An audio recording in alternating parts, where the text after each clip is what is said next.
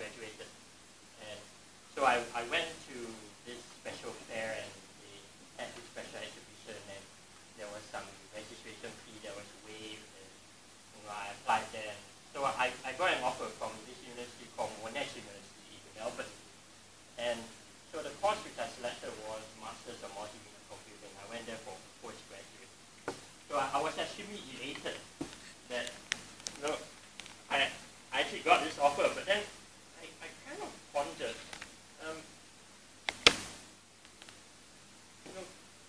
this will be the first time I'll be going to another country on my own. I've been to other places on my own before, but not for this long. I was going away to another country for 1.5 years at least, so I was kind of nervous, but then my mom was reassuring me, oh, you've got a lot of family friends there, no, don't worry, they'll take care of you and things like that. But I was nervous all the way up to the pre-departure briefing. The pre-departure briefing was held in some nice hotel. They were partying, and they were all introducing themselves as the Malaysian Student Society and all that. So I was like, oh, okay, it's fine. And I went to the airport, and I packed my bags, went to the airport and everything. And the realization set in that, oh, okay, this is it.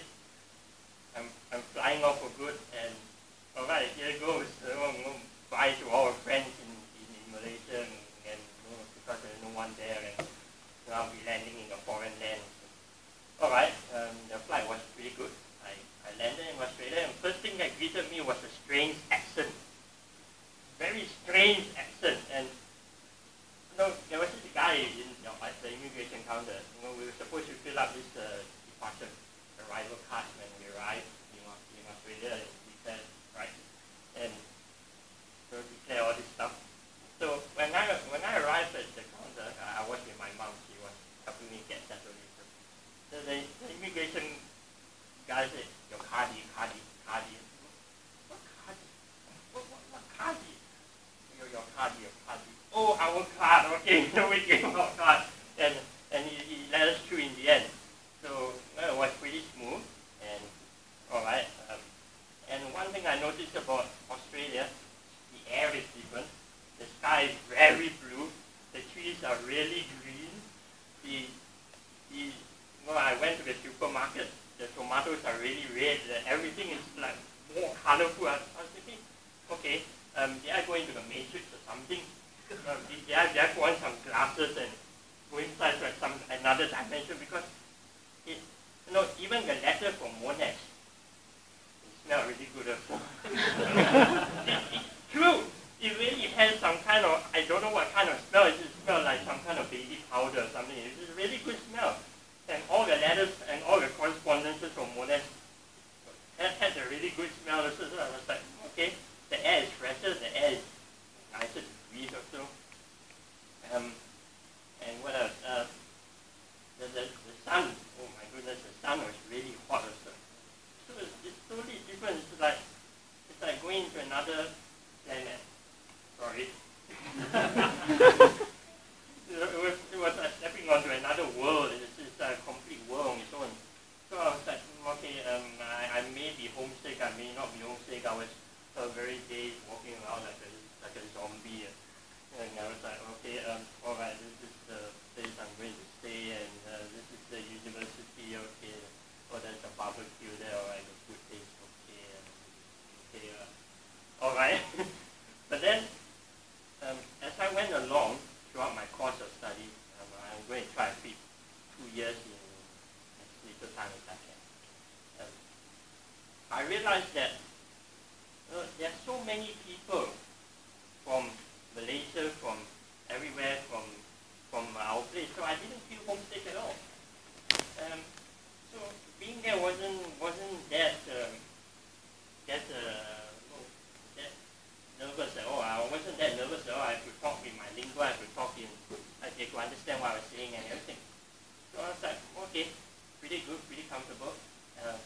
I also joined 5 societies, so that I would be spoiled for choice. And there was some instance when 2 or 3 societies had activities at the same time. So I would go to one society and say, hi, okay, I'm here. hi, welcome, and then I was like, right to another society. Oh, hi, yeah, all right, I have to go back down to that society because they're having a barbecue and they invited me. Okay, so like 3 societies at the same time, and it was really great. They also had this day called Stressless Day in the university where you can actually get free beer. So every time I would go by and say, okay, free beer, all right, here you go, mate, free beer, okay. So every time I would go back and forth getting free beer, so I'm not sure how many cans of beer I had in a day, but good thing I didn't get drunk. And it was unusual beer. Unusual beer. So, all right. And also people there were really helpful. They got to where I need, although I did make a few ugly enemies here and there. I'm not bothered for those. And the food, so much. Every time I had to ask them to reduce the food, and there was also Malaysian food there, so pretty much at home on the university campus there's a restaurant that's owned by a Malaysian from Ipoh. So food is just like home, although I cook some anyway. So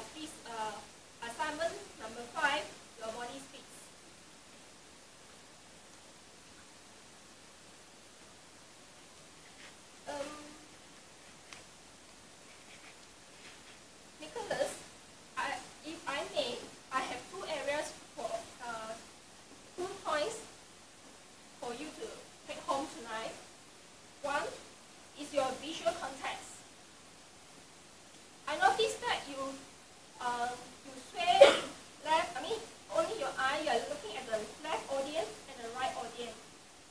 There are many handsome guys and ladies behind, at the center part. You didn't look at us. We are so pretty, we are so handsome, right? Second.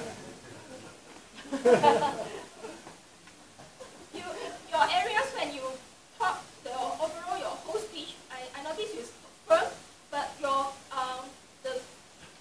the place that you conquer is only the middle, which is a very small circle. I think you can, because it's such a big crowd here, so your gesture you can do it in a bigger manner. Overall, I enjoy your speech. I look forward to your next speech. Back to you.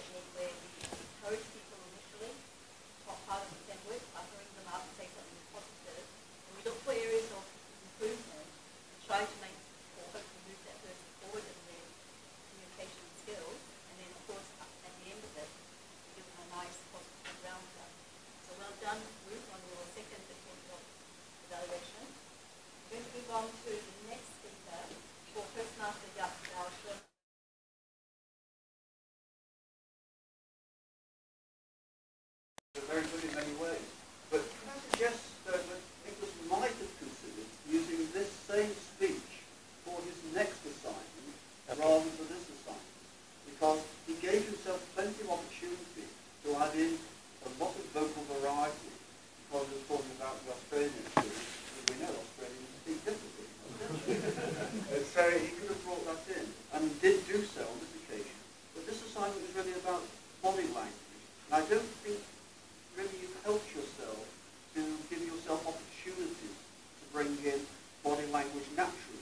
Yes, you have some body language, but it was a bit artificial at times.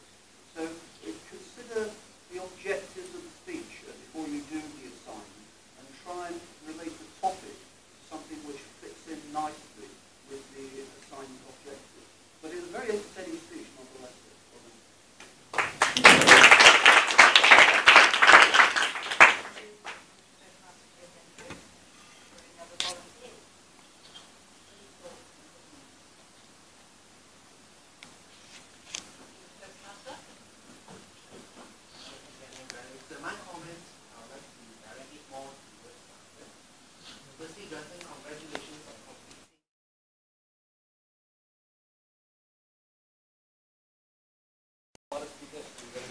This is what I picked up today. Okay, for the word of the day, I detected only two speakers use the word salutary.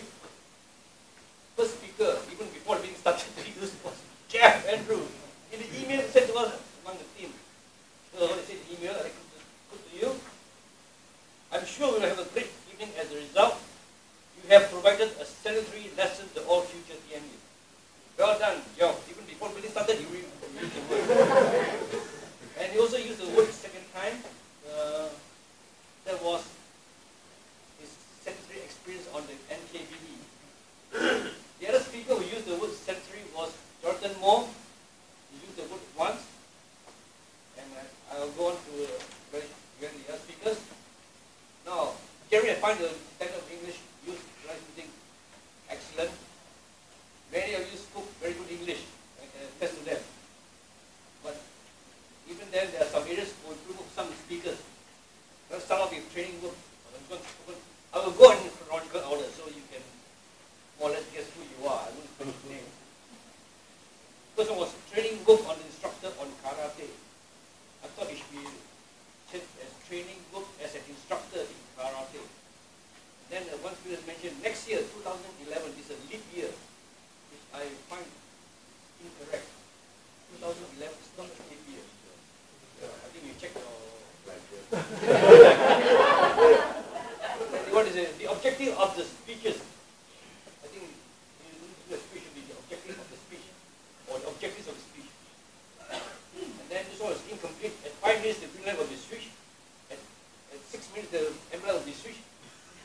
on or switch off.